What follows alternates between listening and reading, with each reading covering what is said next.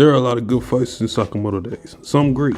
I've never been bored or uninterested when Suzuki draws action panels, but there's probably one fight that whenever I feel like rereading some of the series, I always end up going back to. Yotsumoto versus Shishiba. This is easily top 3 fights in the series. Whether it's the best or not is up to you. If you see this video, post your favorite fight in the comments. But for now, I'm gonna go over what I think is probably the best fight in Sakamoto days so far. Now, Shishiba was introduced as part of the order with Hyo, Osaragi, and Nagamo. Quick side note though, thank God Suzuki adjusted Hyo's design because he was looking pretty rough when he first came out. Now, Shishiba is a nonchalant dude who is also one of the strongest characters in the series, yet he's not super eager about killing people. If it needs to happen, it'll happen, but he's not bloodthirsty for it. He's also respectable to the outside assassin world, heavily encouraging Osaragi to not kill when people can see you, so people can live their normal lives without fear of assassins or even the knowledge of them. He's one of the most likable characters in the series, as for me personally. He always gives me Shikamaru and Spike Spiegel vibes, those laid-back characters that are also badasses at the same time. He fights with twin hammers as well. I don't know why hammers are such a standout weapon for some of these characters. Shin from Dorohedoro became a top 3 character in the show just based on that. By the way, slight shout out to Dorohedoro. Y'all definitely have to either watch it or read it, because it's definitely peak.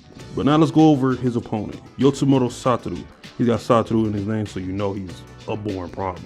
Off introduction alone, I knew I was going to love this character. He was standing in the middle of the street with the order driving and the straw hat covering his face, so it's a little bit of mystery behind who this person is. He pulls out a 3-section bladed staff and just goes to work and forces them out of the car.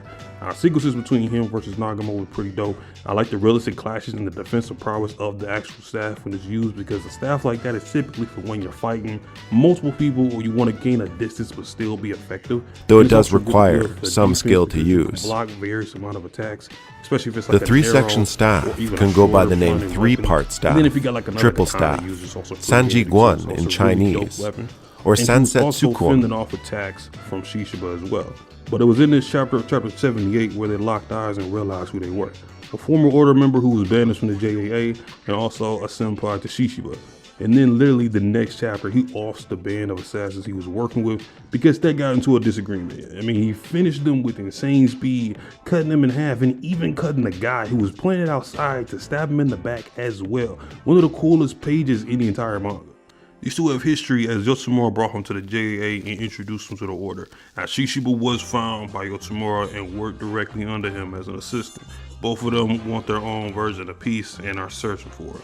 With Yotsumoto, he's got his family, his wife, and his kid, who is now Amane, one of the assassins with a strong future in the series. Peace to him is surrounding himself with people who aren't afraid of dying. Turns out, though, his wife was also a pro assassin.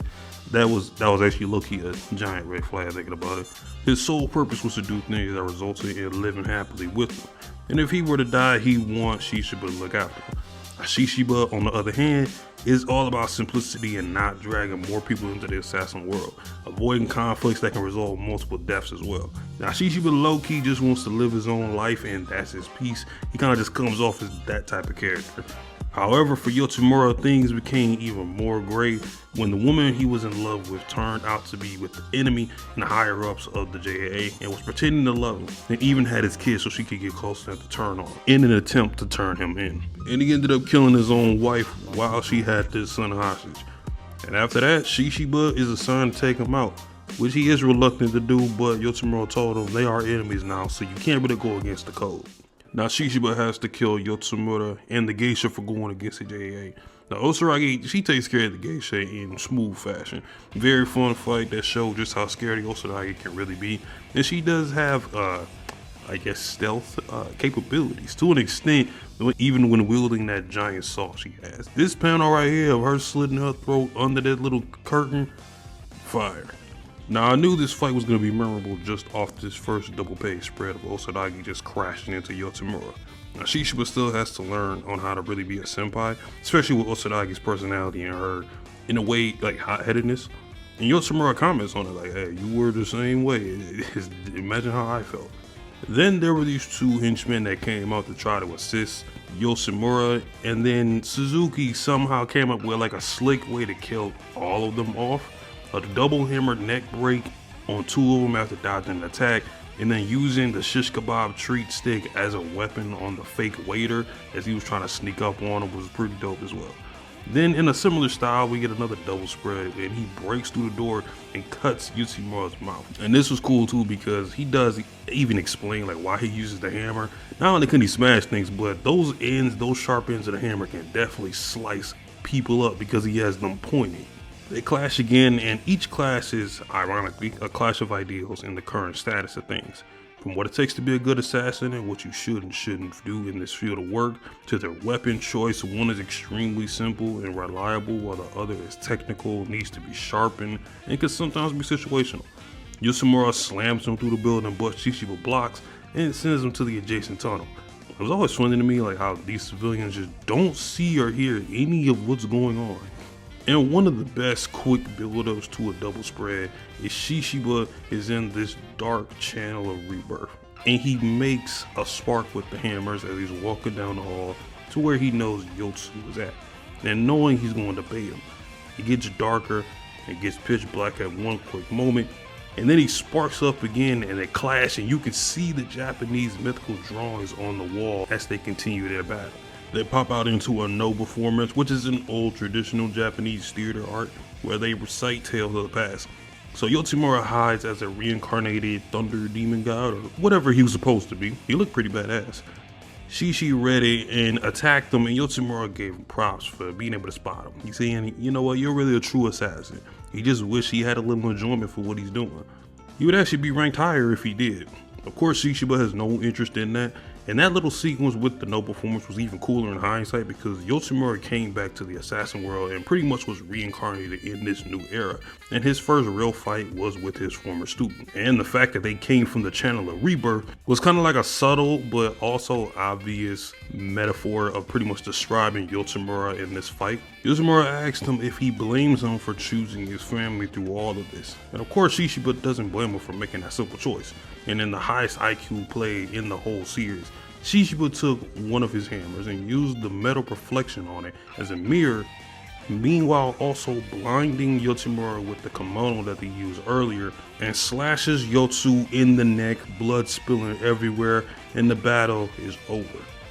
Yotsumaru drops into the lake and is still thinking about his family. You think half of the chapter might be about him dying. I at least thought so. But Nagamo saves him and makes a deal with him to fake his death and instigate the death of a friend in the JAA. Of course, if he didn't accept the deal, friendly Nagamo would just, off his son. But he does give him a good deal of if he accepts, he'll make it to where he can live with his son Amane. And it's been set up pretty much for a while now that Shishiba and Amane will have an interesting relationship because Shishiba is lying about killing his dad. Meanwhile, at some point, Amane is going to have to meet his father down the line, where they can possibly team up against Slur or even the JAA itself. This is one of the coolest fights to take place. The symbolism and the placement of the backstory was damn near perfect. Even that car ride with Yotsumaru and Shishiba, and they're kind of just talking about stuff. Mainly Yotsumaru just telling about love and kind of settling down and really valuing what's more important in this crazy world that they live in. Felt realistic, like kind of like your OG just talking to you, kind of giving you some game, but you're not really fully paying attention. Like you listening, but you're really not gonna understand until you in his position. And this fight really only lasts like 2 or 3 chapters if we're talking just their fight portions. Sakamoto Days fights don't really go all that long, but this one felt like the best of everything Suzuki is good at when it comes to drawing a fight. But this is only the best for right now, I could say. I already know there's gonna be even more creative and intense fights coming later, especially with the inevitable Slur versus Sakamoto. That's definitely gonna be one for the books.